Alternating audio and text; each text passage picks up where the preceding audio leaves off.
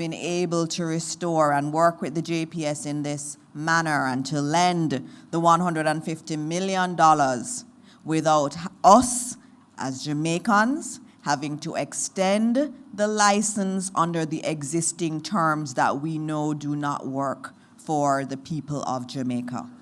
And it is important that we note that the government, Minister Vaz and his team, have worked especially hard to be able to make sure that we are still in a good position when it comes to negotiating that license and getting for Jamaicans what they need in relation to electricity and bringing costs down. So thank you, Minister Vaz, for your presentation. And also, I should note, yes, and the negotiations have started. He would like to report to Jamaica. So those negotiations on a new potential license have already started, and he will stand strong on the side of Jamaicans because that's who he represents, not private interests, the Jamaican people who have said for years electricity costs are too high, or businesses have said it has been an impediment to their businesses. He is going to be fighting for the people of Jamaica. And Minister Vaz, I'd like to let you know that in relation to the school bus program, you heard it from him, 1st of February, you have to have your card to go on the school buses. The permanent secretary has been working, Minister, and all school safety and security officers and our guidance counselors and deans of disciplines will be going across our schools to do school-based registrations of the children. They have 280 tablets that have been supplied by eLearning Jamaica, and so that process starts on Monday. We're going across the schools. Parents, you can do your part too. You can go and register for your children to get their card. And so thank you again, Minister Vaz. And up next is Minister Matthew Samuda, and of course, he's not just coming here as our Minister of Water, Environment, and Climate Change. He's also the President of the United Nations Environment Assembly. Congratulations, Minister, and welcome this morning. Thank you, Minister Dixon. Extending warm greetings to colleague ministers, permanent secretaries, heads of agencies, members of the media, Jamaicans, all. I think Minister Vaz would have done a good job in setting the context for restoration of utility services. Ultimately, we are tied at the hip with power supply in the water sector. So it is important that persons understand that this intrinsic link does affect water supply. If you have light, usually it's a few days after that we're able to restore water because the pumps have to be powered up and lines have to be recharged at the back end of it.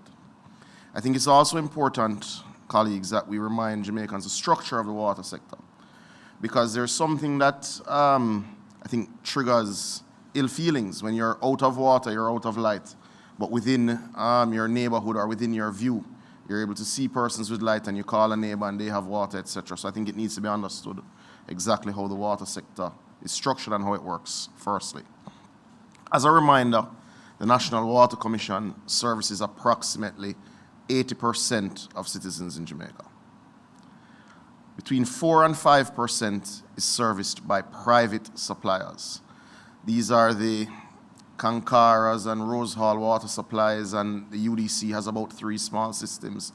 And there are other systems where schemes may have been built and developers would have applied for private licenses to supply those schemes because there was water supply in the areas. That's between 4 and 5%. The other 15% is indeed supplied by municipal systems, many times designed either by the parish councils themselves or built by the Rural Water Supply Limited. Firstly, the easiest one to report on is the private suppliers. We have been in contact with all private suppliers that enjoy licenses to extract, distribute, and produce and sell water, and they have reported that their systems are 100% restored. The second one, which is the larger one, which is perhaps more complicated, but certainly more consequential, is the National Water Commission. We can report that at this morning, 93.5% of customers have been restored in Jamaica. Now, that does not mean that 93% of systems have been restored, but 93.5% of the customers of the National Water Commission have been restored. Within that 93.5%, that doesn't mean that our main hasn't broken somewhere this morning and we're restoring service in an area. But those customers which are serviced by pumps have been energized. There is no water supply issue. There are utility breaks from time to time, but 93.5% of customers of the Water Commission have been restored. As you can imagine, this is obviously heavily skewed to the east. And as you go further west is where you have the greater disruptions. This gives you an idea of the number of systems and the distribution of systems which have been disrupted. You'll see that we are at 588 systems restored and 133 systems currently still down. This is actually a reversal, Minister Dixon, from our update, the last update that we'd have provided in December. So for this, we're particularly happy and want to extend our thanks to JPS for working with us. Now, you'll see the parishes that are at zero, and you get the idea of the distribution and how we're building out. Generally in the east of the country, the northeast, certainly, in Kingston and St. Andrew, on the plains, we're doing particularly well in restoring systems. Now, this is an idea of the distribution of customers. And though that's the total view, 33,746 customers still without water, I think it's easier to view in this way. This gives you an idea of where customers are fully restored. St. Thomas, St. Mary, Portland, KSA, St. Catherine, those customers, we have no disruptions. Now, it doesn't mean if you are on a regulated system because of where you live, that you used to get water 2 days a week, that you suddenly have water 7 days a week. It means that we have restored to pre-Melissa levels of supply. You can see the issues in St. Anne. Those are in the hills where there are still some JPS issues. You can see the issues in Clarendon. As we move to the west, we have 2,865 customers out in St. James, 7,140 out in Hanover, 9,200 out in Westmoreland, and 12,455 out in St. Elizabeth. And Trelawney, we have 940 customers out, but we've made steady progress there. Now, this is a sort of map distribution, and as I said, as you could imagine, it is heavily skewed to the west in terms of where challenges still remain. Now, one of the things that took a while for me to even absorb when I became water minister was the calls you'd get from members of parliament, councillors, custodians of the parishes, citizens association, regular citizens who had had the number for the water ministry long before I was born, who still call when they have particular issues, was really how your distribution worked. 100 systems supply over 70% of your customer base. So even when you see something like this and still see a lot of red dots which reflect systems that are out, it is still less than 7% of customers that these red dots serve. So you'd have heard both from the head of JPS and the head of Water Commission what they refer to as last mile restoration. That is why it is so challenging to close that last gap, because it is a number of systems, as we'd have seen over 130 systems which are still out, but serving very small communities. And in many ways, these are in remote areas. So just giving you that so that you understand the space. This is what we would classify as our heat map in terms of systems which are out. And it gives you an idea that there is particular challenge, as we know, in Westmoreland and indeed St. Elizabeth. Now, it is important to note that this map will look very different tomorrow. And for that, we are thankful. As Minister Vaz would have mentioned, the Roaring River system is the last large system that is out. Now, for those who remember their geography, you can contemplate that this system supplies everything from Paradise and Savannah Lamar all the way to White House, which is a pretty long drive if you think about it. So you understand the large area of geography which is impacted by this system. Now, we have been using an on-site generator, but that on-site generator doesn't have the capacity to run the Roaring River system at full capacity, which means areas which were even at slight elevations, even though Savannah Lamar has had water since 48 hours after the storm, right? The areas with even slight elevations, because you weren't able to pump at a particular pressure, would not have benefited from that restoration. So yes, the Savannah Lamar Hospital had water 2 days after a Category 5 storm, but the areas surrounding and many of the residential areas were out. Now, with the restoration of this system, which is projected for today, we expect to be able to run the Roaring River system at full capacity. What does this mean? It means 30,000 Jamaicans will have water in 24 hours after the restoration of that system. So it is a major step forward in both moving from 93%, now 30,000 people. We've done the estimate based on households, commercial space. It's a little over, but we'll be conservative in that regard. Now, there is an area that has, I think, suffered disproportionately with water supply, and that is Darliston. And Darliston suffers because of the elevation. Roaring River supplies it. And there are communities en route between Savannah Lamar and Darliston which have suffered. Now, this would be particularly, I think the communities of Whithorn, of Caledonia, and Barnyside should be particularly happy this morning, because when Roaring River system turns on, we will be able to now turn on generators at these 3 locations, which haven't been powered up by JPS yet, which will move the water all the way to Darliston. So within 24 to 36 hours, the awful circumstances that citizens have had to live in that area, depending solely on trucked water, will come to an end.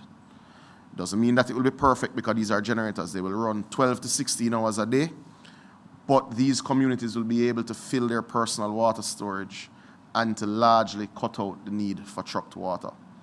30,000 plus people over the next 24 hours. If postcab was tomorrow, we'd have a slightly different verbiage, but we are happy because this is the last major system that is out. So this is a major stride for us this morning. That's the general view of the NWC circumstance. But what has this meant in the West? Just to give you an idea, and this is just in the West, this isn't a national viewpoint. To fuel generators, we have spent in excess of $200 million. Fuel, it's not rental. To rent generators not owned by the state, we have spent $450 million.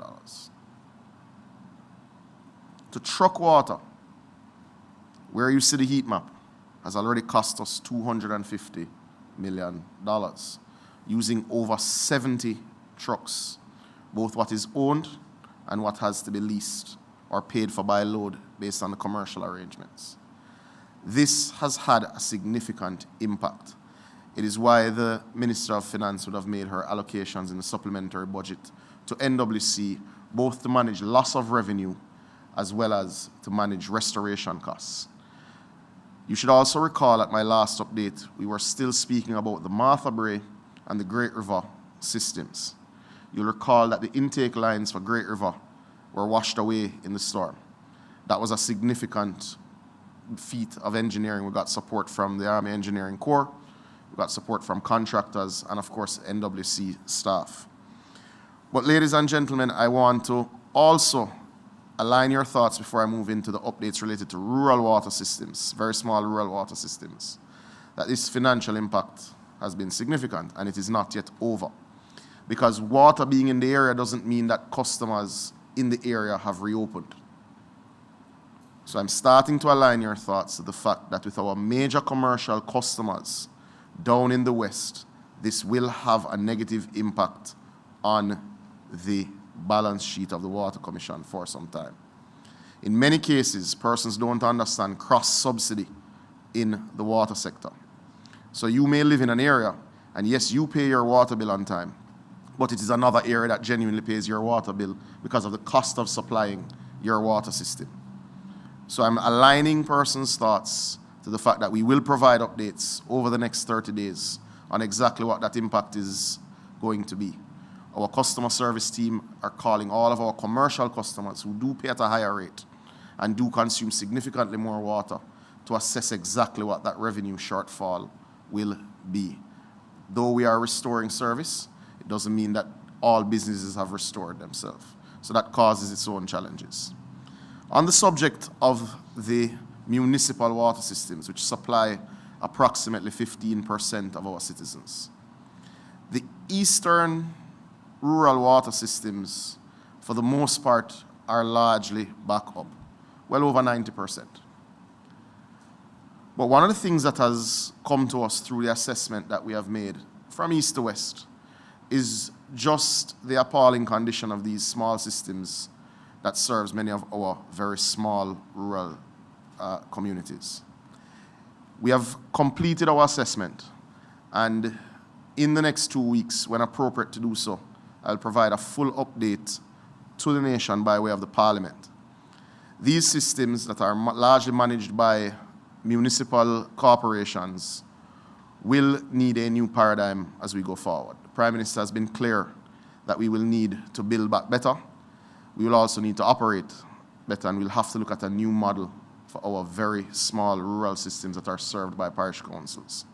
That new model is twofold. One, it will need a significant resource injection, and we have a meeting with Minister Mackenzie and Minister Williams later today, and we'll provide an update in terms of what that looks like. But beyond that, and for your update, the government of Jamaica will pursue a new social water policy as an addendum to the water policy of Jamaica. That will govern how we manage these small systems, because as we've seen from east to west, north to south, many of them are in a state of disrepair pre-Melissa. So even though they've been restored, God bless the level of restoration. So we have a lot of work to undertake over the next 3 to 4 years on the policy framework, on the funding model for these, and a lot of engineering work to do. And the final missing link, I believe, will also have to do significant training for these operators of these water systems that operate outside of the utility footprint. Now, what does that mean for those who are without water, Senator Morgan? Very simply, it means in the West, we will have to roll out a major injection of engineering focus to bring these small systems in very small districts back up to operating capacity. And that will take significant time.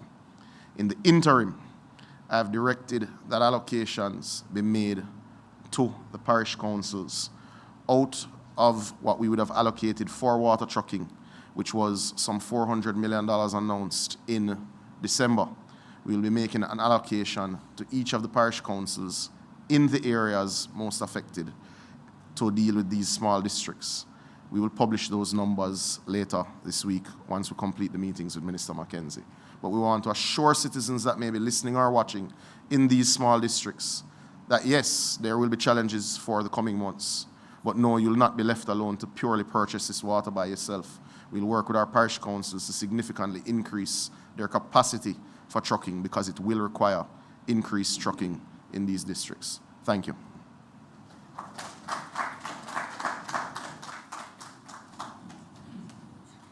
Thank you, Minister. I mean, how many ministers can come up here and talk without any speaking notes and wax so eloquently on the water systems all across the country? Only Minister Samuda can do that. Minister Samuda, we are very lucky to have you in that ministry, and I know you've been working really hard, and I know there are many Jamaicans who are just looking forward to the restoration of electricity so that they can get water, and I know that you move very quickly once electricity is restored, and so I thank you for that update, and I know Jamaica is happy to hear about the restoration efforts there in terms of water. All right, we are now going to be moving to have a very interesting presentation. It's a very different kind of morning, and I tell you that we should celebrate this in Jamaica also. I mean, how many countries do you have that have 4 ministers, 2 ministers of state, a parliamentary secretary, permanent secretaries, come before the country and the media and says, this is what we're doing. I even have cabinet notes to tell you what happened in cabinet yesterday, but I don't know if we're going to end up with time to go through that. This is something very special, and our administration believes very, very strongly in making ourselves available to report to the people of Jamaica and to take questions from the media, which we will do at the end. And so we're doing multiple things this morning. You're getting updates on where we are with major initiatives of the government. And we're also launching some of our public awareness related things during this context also. It is Data Privacy Month, and we have a minister who is also kind of like the STEAM Santa Claus, and I'll tell you why I say that. We have been saying in the ministry that, you know, STEAM, science, technology, engineering, arts, and mathematics is the focus. And it's strategically important for Jamaica and for our children to move in this direction because that's where the world is going, and we want our children to be a part of that shift that's happening globally. But in order to do that, we also have to have people who are supporting that effort. And Dr. the Honorable Andrew Wheatley has been a minister that has been supporting that. And out of his portfolio, which is science, technology, and special projects, he has been able to work with his team to get STEAM toys, a lot of them very science-based, engineering-based, arts-based for our children, because it's not just what we do in school, it's also the way we play.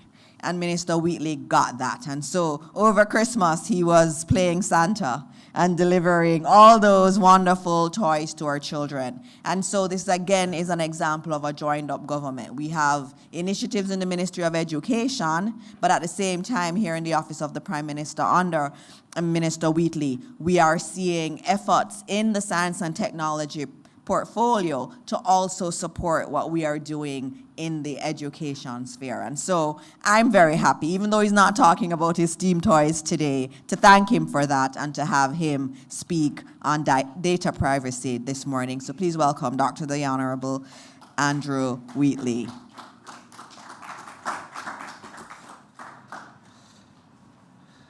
Thank you very much, Minister. Colleagues, ladies and gentlemen, good morning. You know, earlier we heard from some of my colleagues speaking about the restoration work that is being done across the length and breadth of Jamaica, in particular the western end of the island, and also the initiatives of the government to get people back to living, or even living in a better standard than prior to Hurricane Melissa.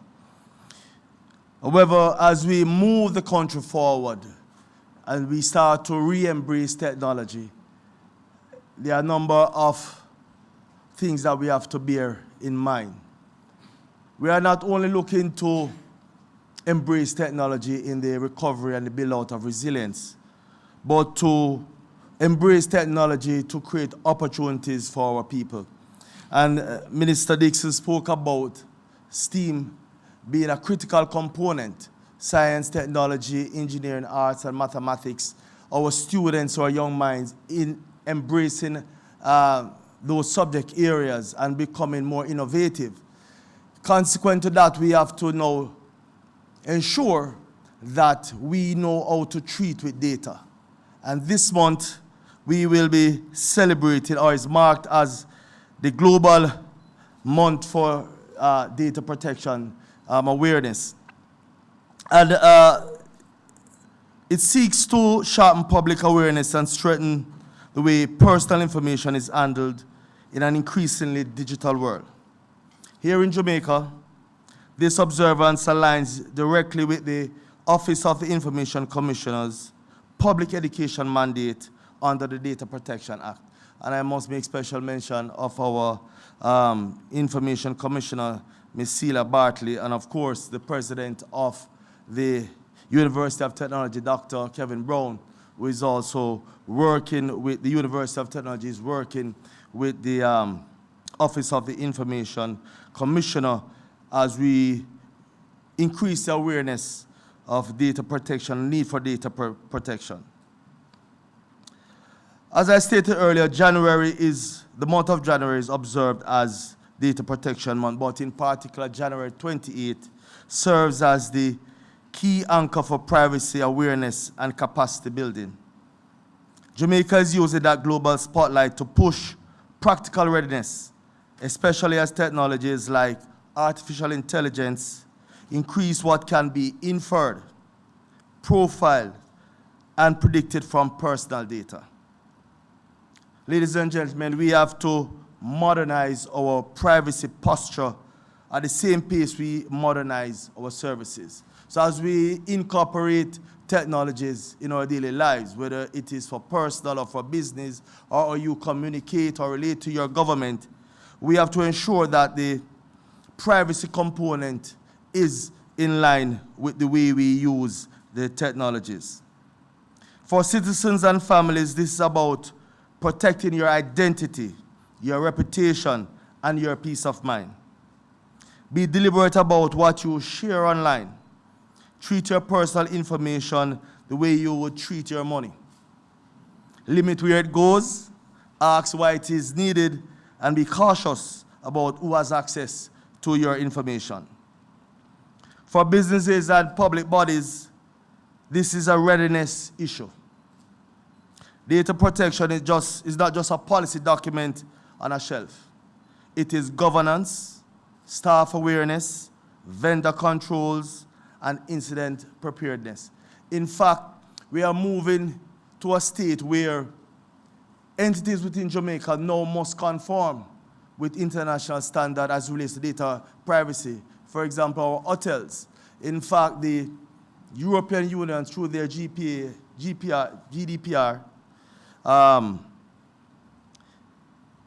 is very much aggressive how we treat with their citizens who are coming here to do business or to vacation here. So data privacy and data protection is not something that is confined to us here in Jamaica. In fact, it is an international standard that is now out there, and that level of awareness is very important for us to be compliant and to be able to do business with other jurisdictions. If you are collecting personal information, you have a duty to manage it responsibly and securely. Strong privacy practices reduce risk and strengthen confidence in the services you provide. For our privacy and compliance professionals, particularly our data protection officers, Data Privacy Month is a strategic moment to benchmark your programs, identify gaps, and strengthen controls. Ladies and gentlemen, this is even more important as technologies like, as I said before, artificial intelligence expand. We all know that artificial intelligence can be used to create, let me say, profiles that, mimics any one of us here. In fact, it is predicted on personal data, access to personal data, your likes, dislikes, your characteristics, your physical features. Artificial intelligence can manipulate same to generate photos, pictures, even the way you express yourself. And so all that data is exposed and treated by persons tasked with collecting your data is very important. But you also have a responsibility to manage how you share your data as well. Against that backdrop, I want to acknowledge again the Office of the Information Commissioner for leading a focused program of public education and capacity building this month, with special attention, and I emphasize this, special attention to youth digital safety. Minister, we have been providing our students in particular with devices that are geared towards enhancing the learning experience. And at times they will deviate from the learning experience, which is in a very controlled environment where you access information on the Ministry of Education's website. Our young people are very inquisitive and will visit other sites that will at times ask them to provide additional information outside of the scope that would be required by the Ministry of Education, for example, or other learning institution or sites that will provide, will need information to provide them with learning material. And they themselves now must be taught and be brought to a level of appreciation that you have to be very careful or you expose yourself or you treat your data or you share your information. And so the special attention is to youth digital safety and, of course, business preparedness and responsible data governance across Jamaica. I want to use this opportunity to reinforce a clear national message. Privacy protection is a shared responsibility. It's a shared responsibility across government, business, and citizens. Ladies and gentlemen, as Jamaica observes Data Privacy Month, we join the global initiative that reminds us of a simple truth. In a digital society, privacy is not a luxury. It is a requirement for safety, trust, and resilience. And I want to just encourage the public to follow the OIC's updates and participate where possible. Data Privacy Month is about building a national culture where personal data is handled with care, respect, and accountability. Because, ladies and gentlemen, we all know that trust is the foundation of digital transformation. Our Information Commissioner we'd like to just share a few words quickly as relates to data privacy and Data Privacy Month.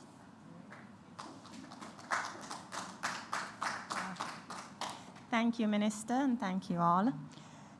Minister has given a very comprehensive statement about the importance of data privacy.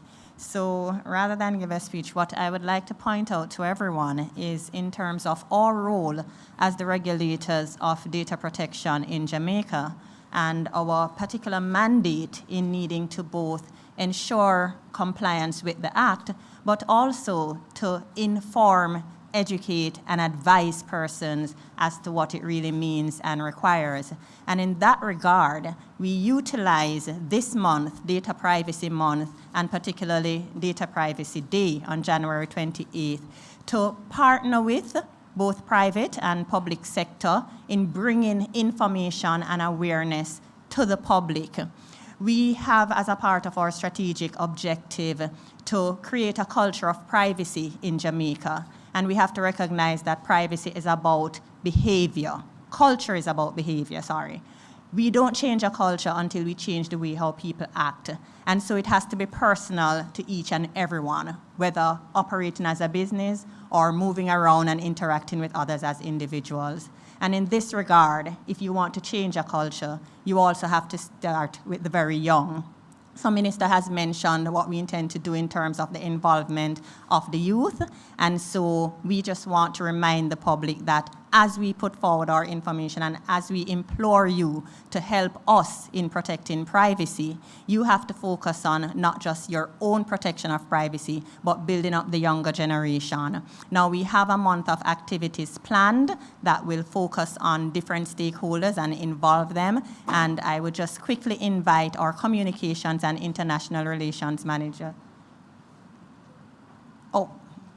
Sorry, in the interest of time, I will just outline. We started this month with our church service on Sunday to welcome our blessings on this year, which will mark the 5th year of operation of the OIC and the operation of the Data Protection Act.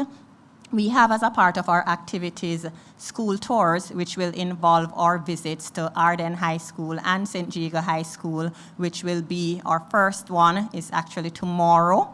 We will also be having our conference on January 28th. At this conference, we have partnered with UTech Jamaica Limited.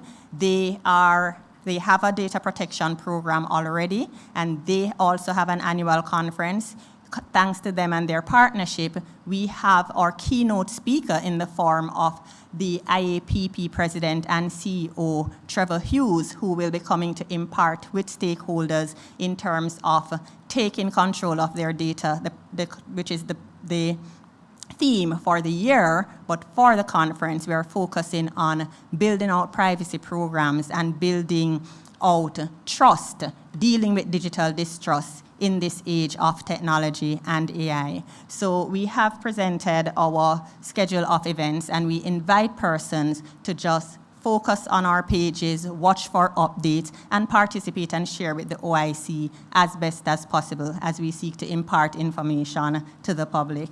Thank you so much, Minister. Thank you very much, Ms. Barclay. It's good to see you. I haven't seen you in a while.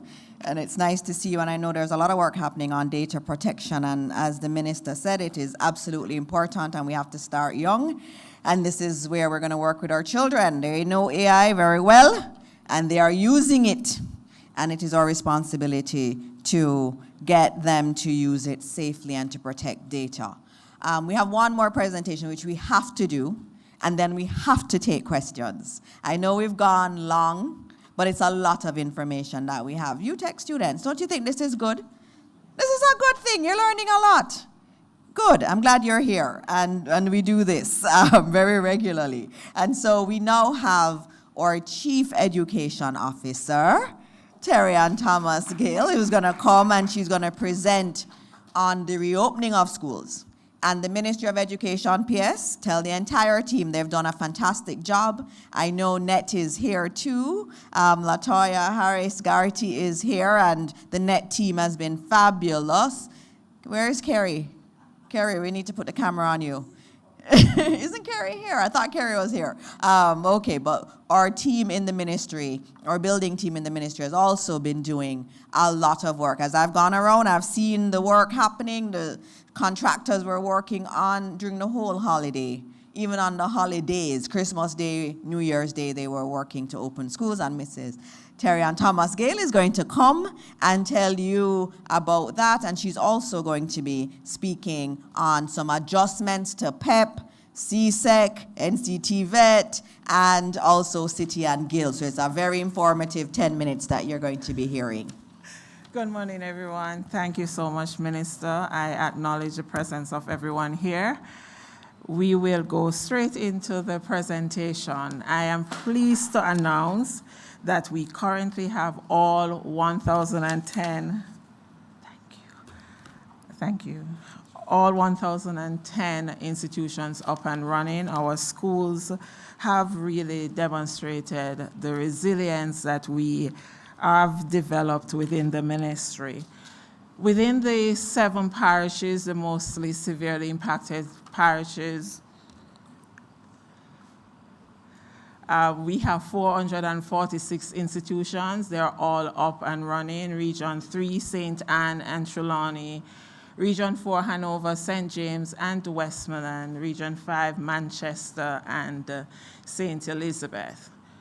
Our reopening policy saw us really putting safety first. We ensured that we were closer with the Ministry of Health and Wellness, and to ensure that the space for our students safe and ready for operation. We do practice through education in emergency, different operational modalities, and these not only include face-to-face, but remote and staggered approach.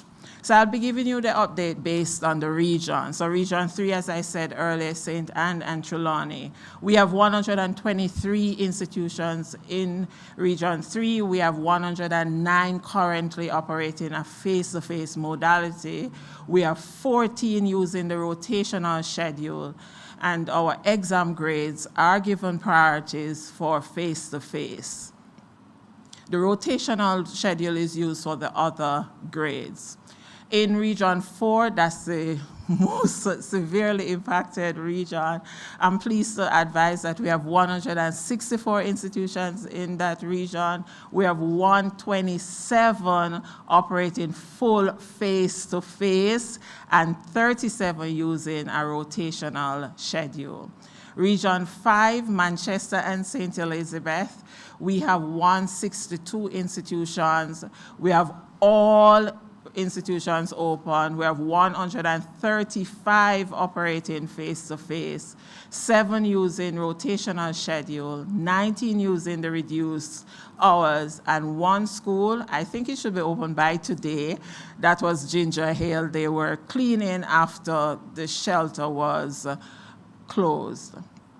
The critical implementation challenges that we face, and we're overcoming them daily, that of infrastructure repairs, electricity restoration, and water supply and tank replacement. But as we improve, we are able to move ahead speedily. What we have done, we have gone ahead and we have looked at the National Standards Curriculum. This curriculum is used in all primary level institutions and up to grade 9. We have done the modification to this curriculum, and I'm just going to show you a snippet of what it looks like. So we have moved for example, in mathematics for grade 4, we went through and we looked at all the objectives for mathematics. At grade 4, we had 124 objectives. What we did, we looked at the most essential objectives for mathematics. That means the students must achieve these in order to move to the next grade level. And we saw where we had 48 such objectives, and so we have communicated that to our schools. We have done a reprint of the curricula for grades 1 through 9, and we have sent it out in hard copies to the affected regions, and electronic copies are available for the other parishes. For language arts, for example, we had 138 objectives at grade 6. We have condensed that to 90 objectives. I want to reassure the public that condensing to a smaller number of objectives, the students will not be at a loss. We looked at those objectives that are we usually call them the general objectives. That means these must be done in order for us to speak to achievement of skills and competencies. Changes to the 2026 sitting of the primary exit profile. Through extensive consultations, we have finalized our sitting components for 2026. At the grade 6 level, we will see our students doing the ability test. The ability test looked at quantitative and verbal reasoning. You really need to be exposed to the curricula up to at least grade 3 to achieve this. So this is not based on the grade 6 curriculum.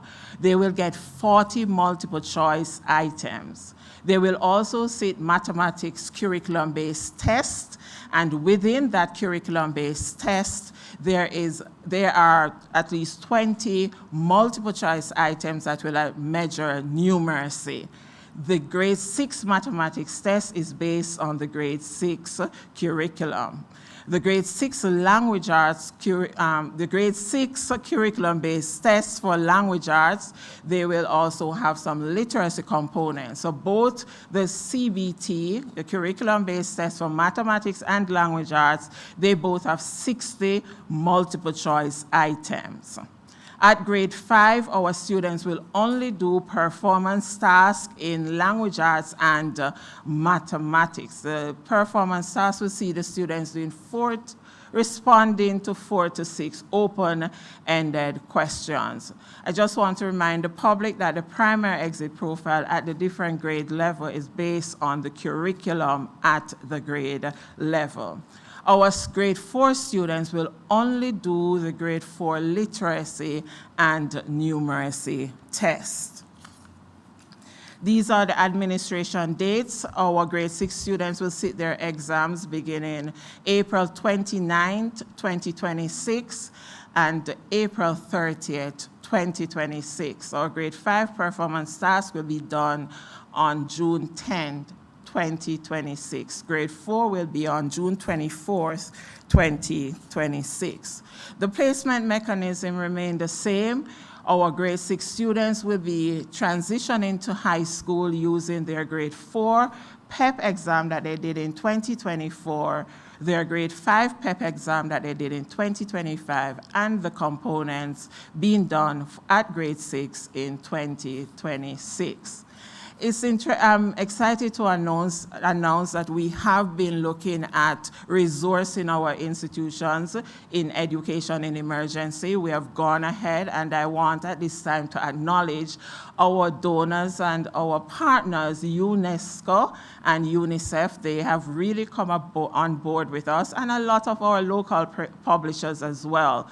We have reproduced our learning kits, so each institution within those greatly affected regions, each student within the grades 1 through grade 9 will be receiving a learning kit. So they get their learning kit. This learning workbook, they are in different volumes. So this book should last 1 month. I want to emphasize how we use this book. So the students go in using the rotational model. When they go in, they are taught face-to-face. When they are in the remote space, work is given from this book, along with other resources that we have supplied to our institution. This workbook is aligned perfectly to the modified curriculum. And I have sample here so you can interact with. And it's also available online. This is also made public to all institutions, private as well as public.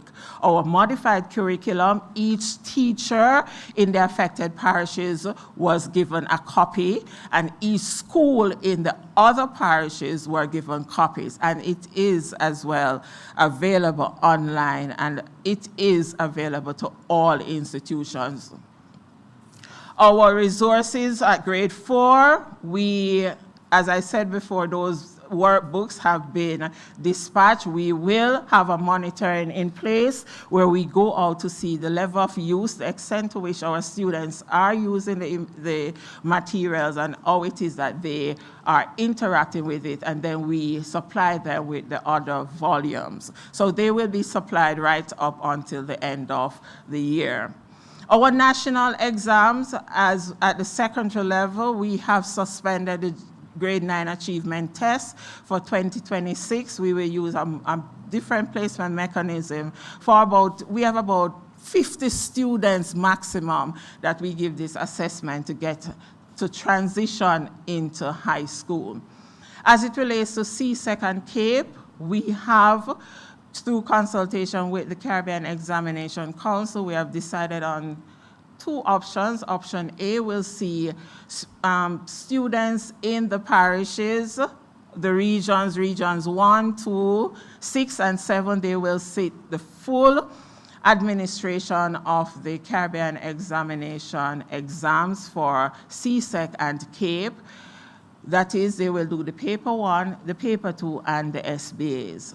The option B, that's a modified approach, that is for the affected parishes. What is interesting to note, we are not just giving these parishes this option. They have the choice, through consultation with their students as well as their parents, to decide on the option that is best for their institutions. The options are not students related, but they are institution related, meaning the entire school has to sit the option. So in these parishes, they can either decide if they want to do option A, which is the full administration, or if they are so impacted that they want their students to do option B, which requires them to only do the multiple choice and the SBAs. Interestingly, through our consultation with CXC, Jamaica was given a SBA concession. That means there's a modified version to what the school-based assessment component for our students should be for Jamaica. If it is that our students have already completed their SBAs, they are not asked to redo it. If they have not, they can now apply the concession that has been awarded to them through CXC. The other exam, City and Guild, that's the regular administration, our speaking and listening component. Our schools decided that they want to go the regular route for City and Guild. However, City and Guilds still provided us with options, just in case there are different school students experiences different challenges. There are options available. The exam dates remain the same, and I want to advise that there's a bulletin that has been out, bulletin number 4 for 2026, that gives an outline of everything that I'm speaking to as it relates to our examinations. Our NC TVET, that's the local exam, it remains the same. We have lessen the number of sitting, and we only have one sitting in February and one in June. The students will receive their results in a timely manner. Our interagency support, our collaboration continues with the Ministry of Health and Wellness, JPS, and the National Water Commission. And again, UNICEF for our tents. I really want to applaud and thank the UNICEF for being out there. They have given us tents, they have given us sanitation, they have given us learning kits at the early childhood level and as well at the primary level. And our many donors and our local publishers. As I close, colleagues, I just want to remind the public that while Hurricane Melissa may have tested our system, it also highlighted our collective strength. The Ministry of Education remains fully committed to rebuilding stronger, planning smarter, and supporting every school community to recover now and beyond. Education in Jamaica will not only recover, it will emerge even more resilient. Thank you very much. Thank you so much, Madam CEO, for that presentation. You kind of kept within the time. And I know a lot of Jamaicans wanted that information. When I see children, they ask me, what's happening with CSEC? And I know parents are, what's happening with PEP? So I asked the media if you can please get that information out to everyone in relation to that.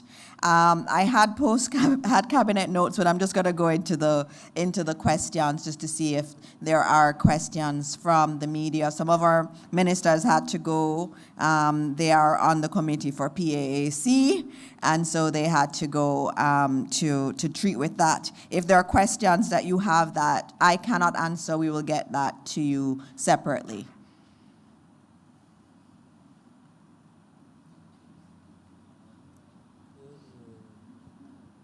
You are going to take the questions. All questions. Hello? It's on? Oh, sorry. Good morning, everybody. Mahiri Stewart, Nationwide News here. A question to Minister Morris Dixon. In terms of last year, there was an alleged incident of rape at Case in Portland.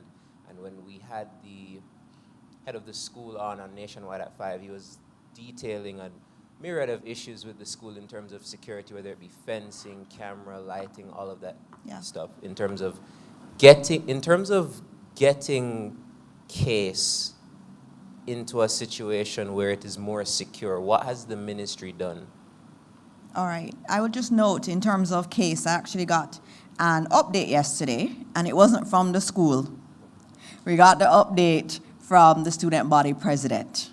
Because in cases like this, you get your update from the school and they outline what they want to do. But we actually got an update from the student body president to find out how the students felt.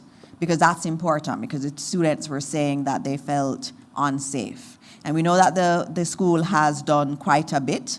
The school has beefed up security. They have a shuttle bus now. They've also hired more security guards on the campus, and the students said they were quite happy with these changes. They felt they were effective changes, and they also noted that the school administration has been working with the students and keeping the students in the loop.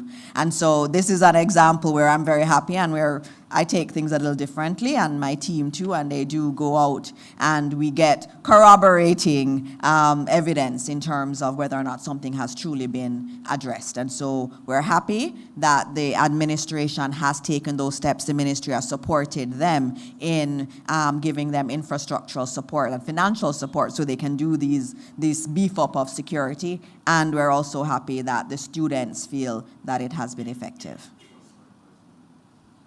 Yes, and a suspect has been apprehended.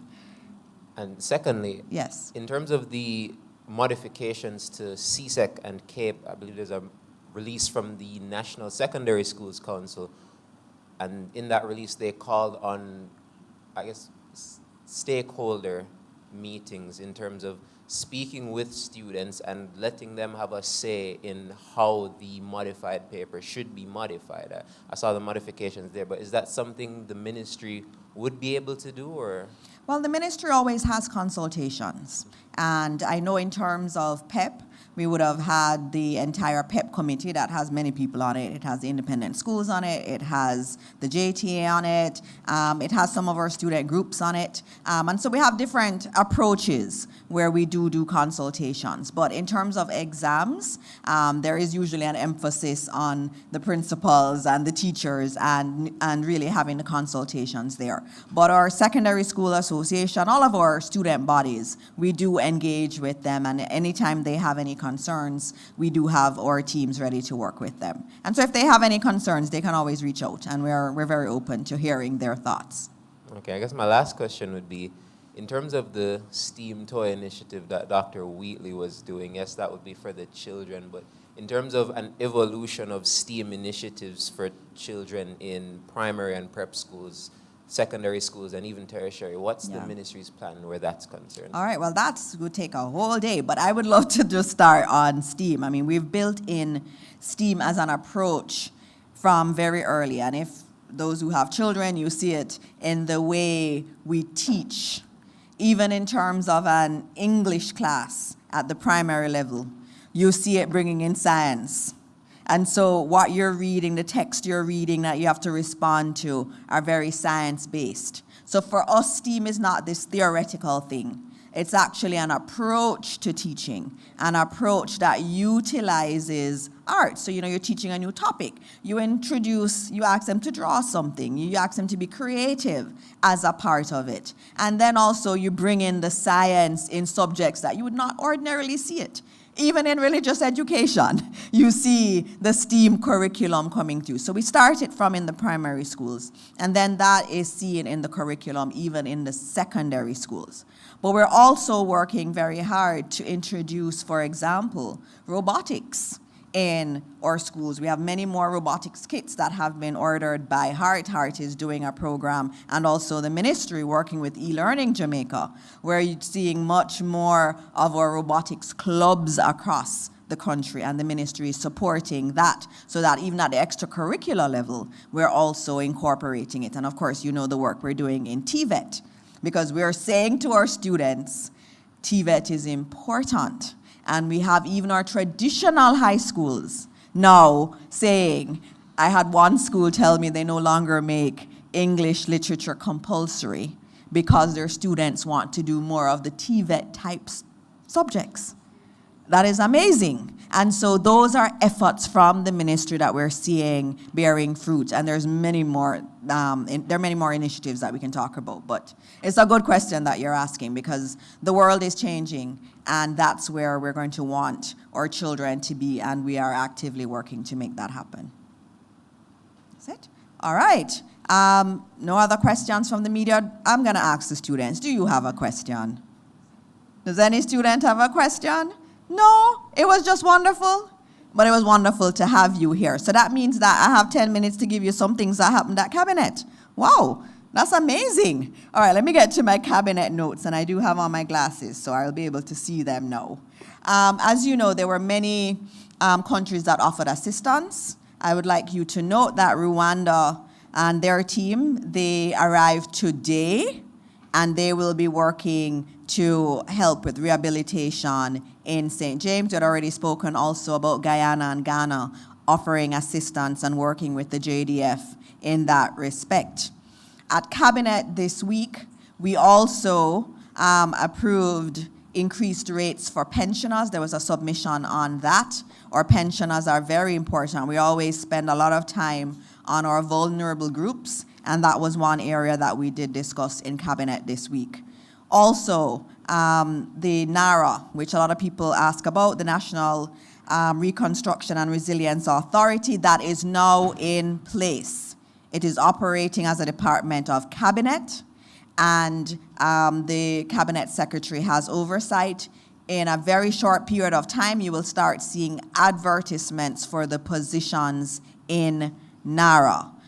We also had conversations around an advisory board for NARA and individuals to be placed on that with requisite expertise. We also discussed the National Partnership Council that has civil society, it has the church, it has academia, it has the opposition on it, and that body being an important part of the oversight mechanism of NARA. We also discussed, as you would have seen yesterday in Parliament, the Jury Act. An amendment to the Jury Act. They were tabled in Parliament yesterday. I know you UTech students were watching Parliament yesterday, and you saw that the Jury Act was tabled. Before an act can be tabled, or an amendment, the amendment bill can be tabled, we have to approve it in Cabinet, and that was done at Cabinet on Monday. That increases the compensation to jurors. A lot of jurors complain that it is really expensive to take on their civic duty. And so in this amendment, we focus on that, increasing remuneration to jurors who do that important work. And it also looks at instances where the judge may discharge the jury in the event of jury tampering. And you know, there was a big case with someone called Vibes Cartel, and there was a ruling from the Privy Council. And that was really very instrumental in terms of that particular change, so that we have the ability for the judge to discharge the jury if you feel there has been jury tampering, and therefore to be able to continue the trial without the jury. So you see, these things matter, students. So there's a lot of work that was going on in Cabinet. A lot of boards were approved also, and we also approved the new program that was announced earlier today that we spoke about, the Shelter Recovery Program. A lot of time was spent on that, and that's in relation to cash grants to those who were affected by Hurricane Melissa. And tomorrow there will be a very big launch of that with the Prime Minister leading, where you will hear the quantum of those cash grants that will go to individuals. As another note, this morning you would have noted something a little bit different that we don't usually do. We don't usually necessarily take on misinformation and disinformation or information that is false. That is changing. We are going to have to do so in this context where something is said that is not true. We will be countering it. We will come with the receipts. We will play the videos. From months ago, we have the records, and we will do that. We have to focus on being able to respond to misinformation and disinformation. There's a lot of that out there in the public sphere, and we cannot leave it unchallenged. And so you will be seeing new approaches from the Ministry of Information in terms of dispelling those things. And in many instances, you know, we call them misinformation and disinformation. Those are fancy words for lies. And so where there are lies, we will be correcting them. And there have been many of those. And I know Minister Morgan will be working very closely with me in relation to addressing that issue of lies that are proliferating. And we will give you the facts. And that's why we ask you to tune in here, because we bring the ministers, we open them up for challenge and allow them to tell you the work that we're doing, and we tell you what we are doing in Cabinet. Because what we do is not secret. We're doing it because we've been asked to do this by the people of Jamaica. And we take that role very, very seriously. I want to thank the media who come every week. Thank you for coming and for getting the word out. We really do appreciate it, and we thank you for coming each week. I have to say a special thank you to the GIS team and PBCJ team for always prioritizing our post-cabinet press briefings. I really want to thank you for doing that. And there's so many things to celebrate at the end of this. Last year was a difficult year with Hurricane Melissa, and there's still many people who are hurting. But I tell you, the government, in cabinet, we spend most of our time talking about how we can help those who've been affected in the West. And you're seeing it. You're seeing light being restored. Darliston is going to be getting light within 24 hours. That means that so many of our water systems will also be able to come back on stream and help those who need it. And we've been doing this responsibly as a government. And so as we end our first post-cabinet press briefing, I'm told I need to remind you that it is Earthquake Awareness Week. And we know about hurricanes. We had Hurricane Melissa last year, but we're also in an earthquake belt. And so we have to remember what we have to do in the event of an earthquake. And the Office of Disaster Preparedness and Emergency Management is observing Earthquake Week this week under the theme, Resilient Jamaica. We weather the storm and brace for the shake. Sounds quite ominous. And today in all our schools, we're doing today's National School Earthquake Drill Day. And so there are earthquake drills happening in our schools across Jamaica. So if you see some children running around or some unusual activity, it's because they're doing the drills. And so as we end this morning at 10:58 a.m., I thank you for listening. I thank you to everyone who presented this morning. And I, as always, just pray that God will continue to bless this wonderful country that we call Jamaica land we love. Thank you.